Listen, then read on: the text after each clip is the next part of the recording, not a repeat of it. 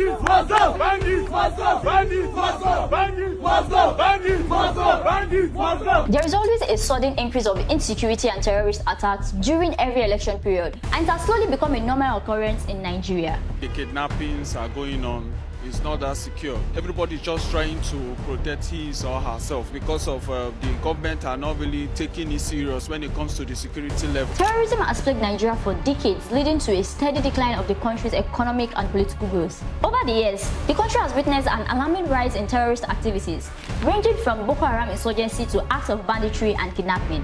These activities do not only threaten national security, but also undermine democratic governance, disrupt socio-economic development, and instill fear among citizens. These terrorists, they are using, their modus operandi is using of motorcycle. This motorcycle should be banned completely. Today, we dive deep and analyze if this violence has always been the case. What are the factors instigating this increase, and what impact does it have on Nigeria? Before I continue, like and subscribe to our YouTube channel. Now let's begin. Crisis in Nigeria brought us out. It has been going on for a very long time and we are tired of it. That's why we came out today. Because it's very close to us now.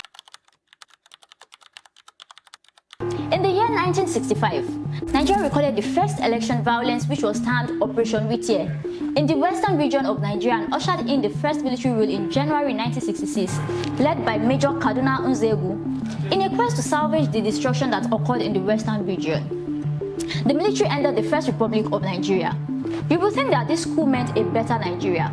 To no one's surprise, the military rule was more chaotic and violent. The first military coup was so bloody that it led to the assassination of Nigerian top leaders like Tafawa Balewa and Ahmadu Bello, and the Civil War of 1967 to 1970. Historically, elections in the country have been generally marred by violence and financial machinations, hell-bent on preserving their influence over the masses of voters. Every elections held in the country since independence had their share of violent conflict. The 2003 election was widely celebrated as a peaceful election that began the second term of President Olusegun Obasanjo. Was it actually peaceful? Over 100 people lost their lives due to election violence, and this election did not happen in some polling units, but it was termed peaceful. In 2014, towards the end of Goodluck Jonathan's first term, Boko Haram were used as a terror machine with the goal to completely destroy Jonathan's presidency and brand him as a weak and incompetent president without the capacity of securing the nation, especially the north. This action changed the traction of the 2015 presidential election, leading to the massive win of late President Buhari. Now, we are seeing the evolution of that exact script into massive, highly coordinated banditry and school kidnappings across Kaduna, Oyo, Borno, and parts of the Federal Capital Territory. To win an election in a broken system, prices are invented and a candidate is presented to the people as the savior and bringer of hope and change. The people who are starved for change swiftly forget the difficulty faced and fall for this trap despite its recurring usage. The supposed savior wins the election, and the promises made to the people are placed aside to make room for their personal interest and gain. The cycle continues in the next election. When does it truly end? That's my view, as is the billion-dollar question.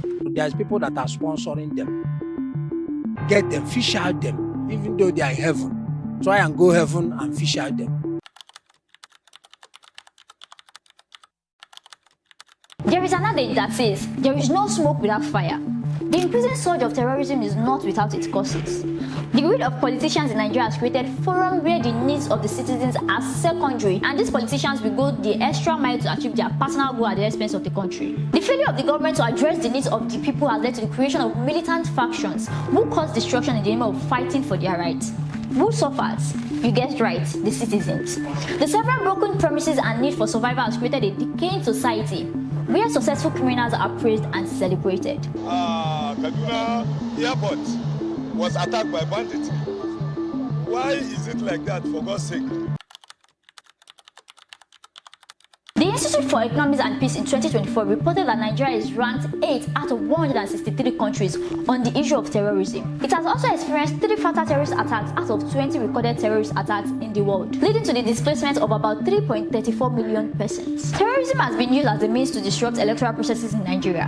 Whenever power is settling or preparing for a shift, political godfathers and actors use violence to intimidate opponents, suppress voter turnouts in regions where their popularity is low, and negotiate their agendas while Nigerians remain clueless to what is happening behind the scenes. What started as an intimidation strategy has grown wild without control. When terrorists are harmed to create violence and are left unchecked when their assignment is done, what happens next? The crime rate increases and becomes a profitable business. The lives of Nigerian citizens are no longer safe and valuable. The standard of living is on the rise and the average Nigerian cannot afford basic amenities like food, clothes, and shelter. Farmers become afraid to farm, leading to an increase in food scarcity. Children are left with traumas too big for them to handle. Businesses close down due to low purchasing power of the citizens and insecurity threats. In conclusion, there is no doubt any country can experience crimes or terrorist attacks. But are these attacks coordinated plans to disrupt the progress of this country? Are we ready to forgo the use of violence as an intimidation for a free, fair election? Drop your thoughts in the comments. Don't forget to like, subscribe, and share the video to spread the truth. See you in the next deep dive. Bye for now.